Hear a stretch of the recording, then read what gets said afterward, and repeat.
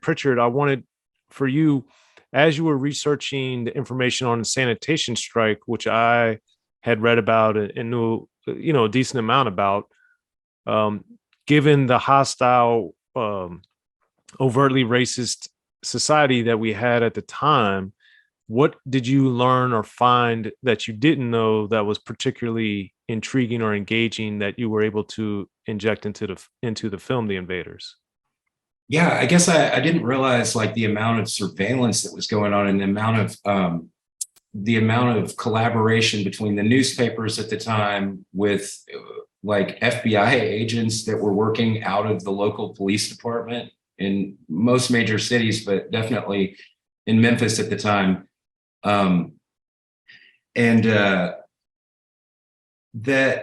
When you go back and you research it, like clearly all the Memphis newspapers blamed the Invaders for Martin Luther King's first riot at any march that he'd ever done. And that was in Memphis. And that was the one that the Invaders were blamed for. But the more we talked to the guys and the more we, listened to the guys and kind of heard the real story, it was clearly a police riot that the newspapers were involved in sort of covering up. And so I guess the way history plays without the Invaders film is just that, there were these young kids who were good for nothings and, caused this riot that made King have to come back. And that wasn't the real story at all. So hopefully, this will kind of at least clarify that. Okay.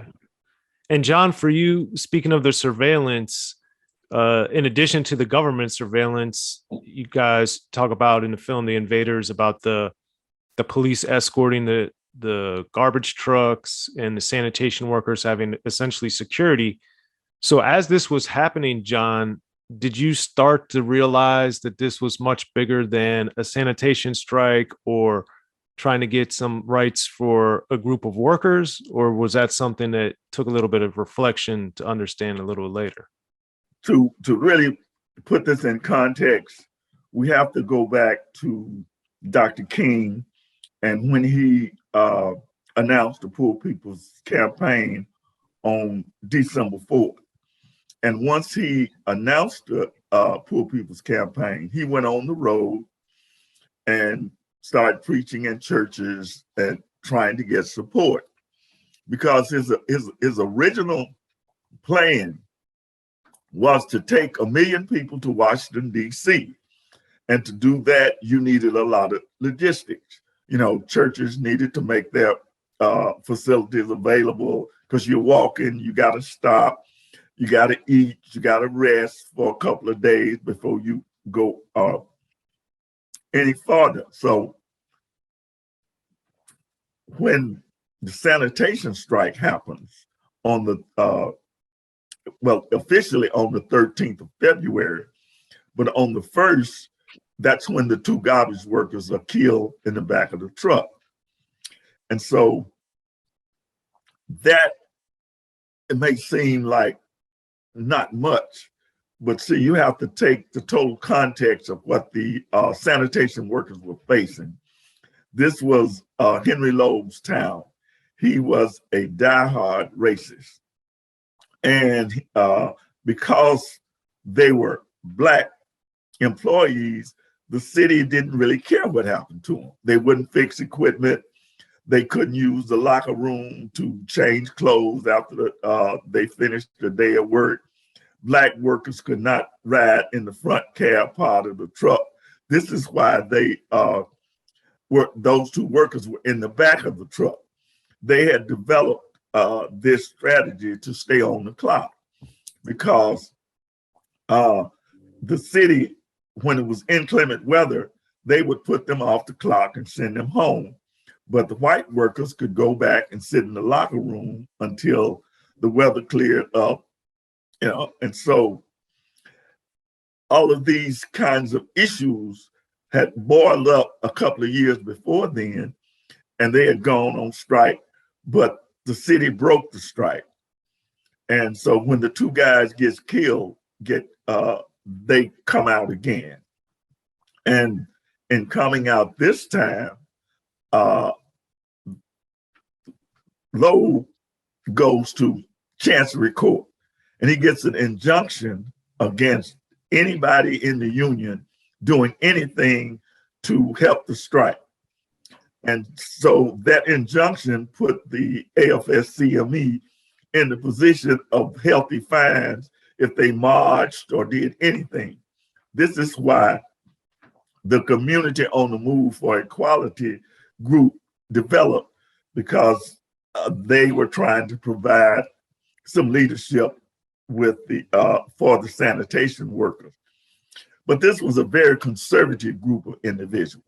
They were not radicals by any stretch of the imagination. They were doing marches from Claiborne Temple to City Hall. And this particular march, coming back to Claiborne Temple, the city police were bumping them with their cars. They were spraying people with mace and beating up on them, you know, all of these things. And this makes the news for the first time, because before then, I didn't even know it was a strike going on because they had not said anything in the news. And that's when I go down. They say they're having public meetings at Claiborne Temple. So that's when I go down and, you know, just trying to find out what's happening, what's going on. And I talked to the sanitation workers because I wanted to know what was their story. How did this story go?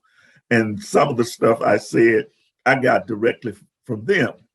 If you rode the bus in Memphis and a sanitation worker got on the bus, everybody on the bus knew that a garbage man was on the bus because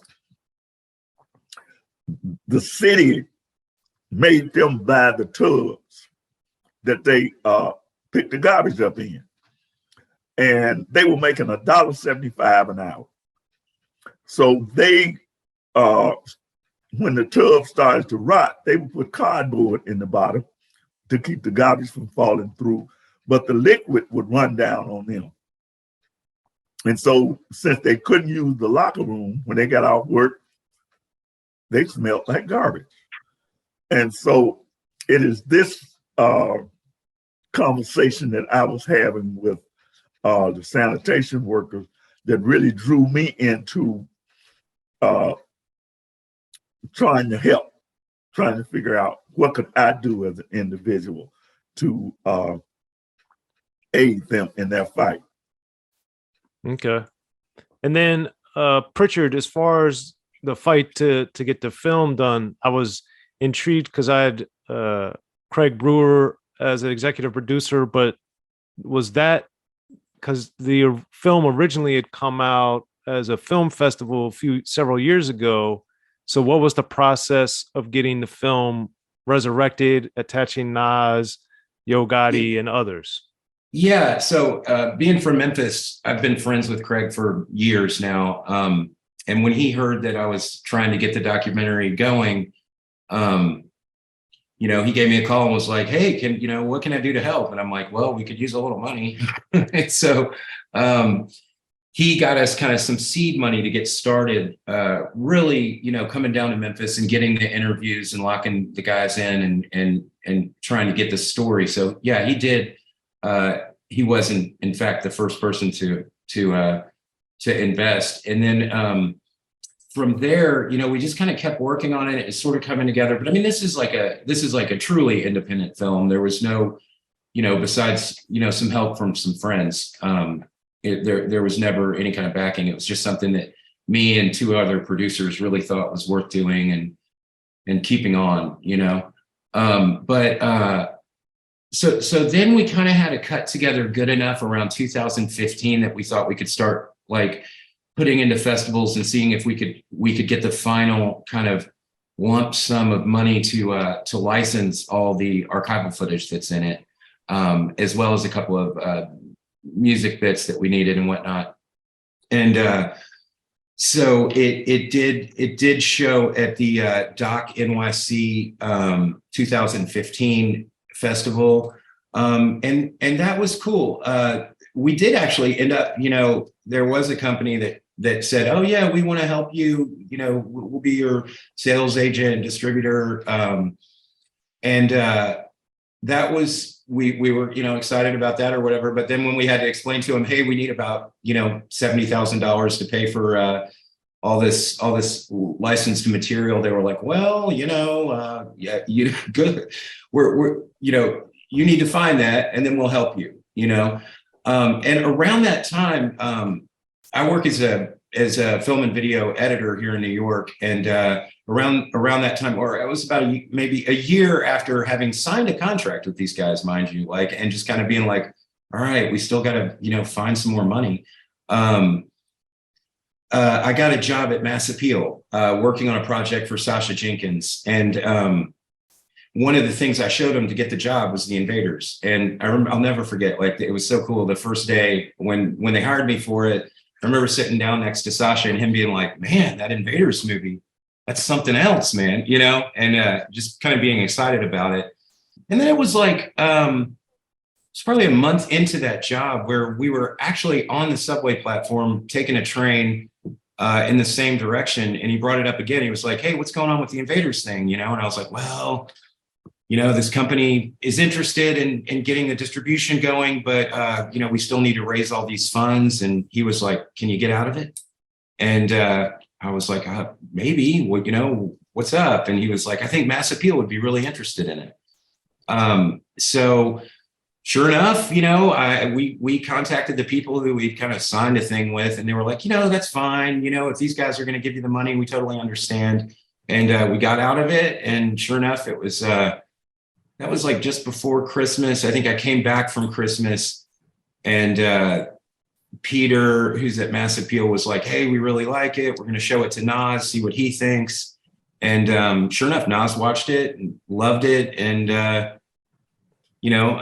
lended his voice to it for the narration and whatnot, and they finished up the funding. And I'd like to say it happened in 5 seconds, but it was still another little road there. But here we are. So yeah, it was I wouldn't call it a roller coaster because it was much slower than a roller coaster, but it was definitely an emotional roller coaster trying to get through, to the end. But here we are. Okay. And with Nas in particular, Prichard, what, hearing his voiceover and understanding his status in the entertainment world and now emerging as a filmmaker, what heft do you think he brings to the Invaders film and to the legacy of what you guys did? A ton. I mean, I think having his voice on it will definitely, when I think about the film, I kind of assume the demographic would be almost like baby boomer because they lived through it. And it's like, okay, yeah, I'm going to tune into this thing that I sort of remember or whatever. But with Nas, I just think, his status is, one of the 3 best rappers that ever walked the earth, just brings cachet to it that we wouldn't have otherwise. I mean, he put a post on his Instagram, and 5 minutes later, there's 30,000 people who are like, "I want to see this," I can't compete with that personally, No, So. he has an incredible reach as a phenomenal artist. So it's a great thing that he did. And John, I wanted to get from you, looking from generationally, as Juanita Thornton talks about in the film. Excuse me. Mm-hmm. Juanita Thornton is quoted in the film of saying that in 1968, some of the same signs apply. And I was thinking about that. I was watching the film. Some of the same things Nas described when he was first coming out in 94, 95 in his songs are still, unfortunately, apply with some of our racial, economic injustices and disparities that we have in our country. So for you, now seeing and reflecting upon the "I am a man" sign or these other things that you were living and experienced and how they kind of sadly still apply today, what has that shown you or taught you about America, about society, about your life as you think about those things? Today is definitely a reflection or a look in the rearview mirror for me, because young people are still vying for a place in this political system.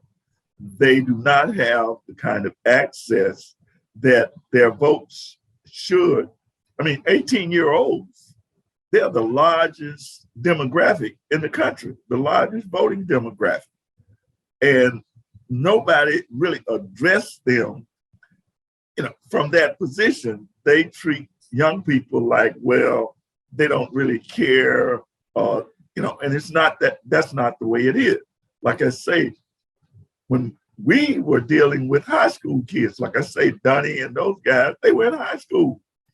And when Dr. King decided to come to Memphis, what we did was put teams together and sent them down into Mississippi and over in Arkansas, up in Tennessee, to talk to high school and college students to get them to come to Memphis to march with Dr. King.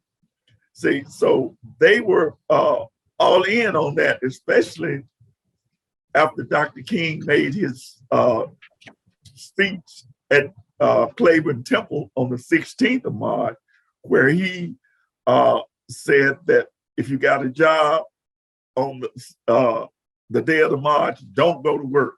And if you go to school, if you're a student, don't go to school. Come downtown and march, with me. And that to me was an appeal directly to young people to become a part of his Poor People's Campaign. So today, young people are in the same, I say, identical place, because they still do not have access to organized politics. This is why Black Lives Matter and groups like that are so important, because they give young people a way of expressing their discontent or whatever with the system.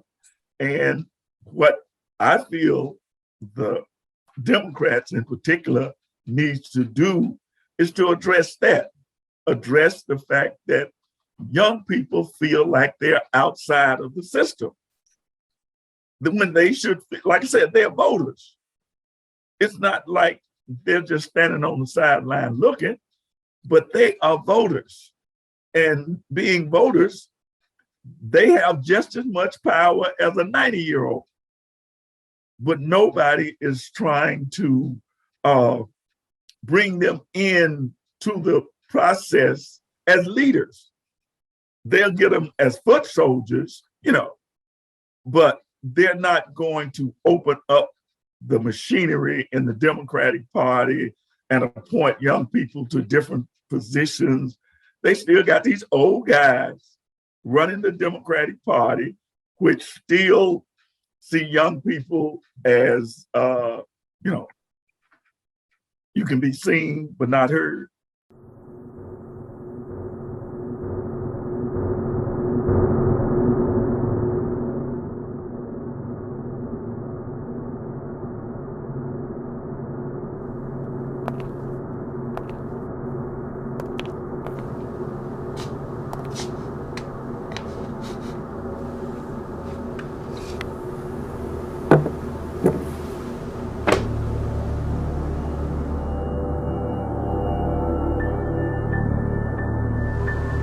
And I want you to listen real close to me. I'm going to ask you some real simple questions, and I want some real simple answers. Do you understand? Yeah. Do you understand? Yes, I understand. You said that you couldn't have possibly been at the crime scene at 11:15 because you were in the bookstore buying my audio book and my hardcover book. at 11:15 when the crime scene occurred in Soren's book. The history of gangster rap. So you couldn't have been at the crime scene because you were buying the books. Right, right. At 11:15, I was at the bookstore at 11:15, and when I bought the books and accidentally left them at the store. So at 11:15, you couldn't have been at the crime scene because you were buying books, right? At 11:15, when I was leaving, it was some people coming in, and I forgot to grab But you don't remember who what those they other look people, like. what they look like or nothing, right? No. So,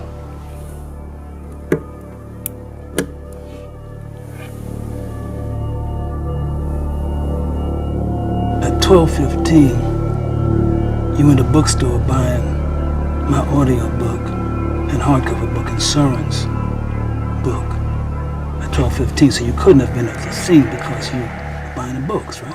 Yeah, at 12, exactly, at 12:15 exactly, I was at the bookstore.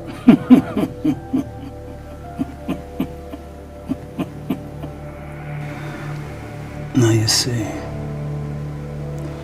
You know you done fucked up. Which No, one? first you said you were at the bookstore at 11:15, and then you said you was 12:15. You know you done fucked up, man. He fucked up. Yeah, you fucked up. You fucked up. Man, you confusing me, man. So, you get my book, my audio book, 40 years, and Soren's book, History of Gangster Rap, and if you don't, you know you done fucked up, right? Man, the more those cops ask me questions, the more I wish I bought them motherfucking books.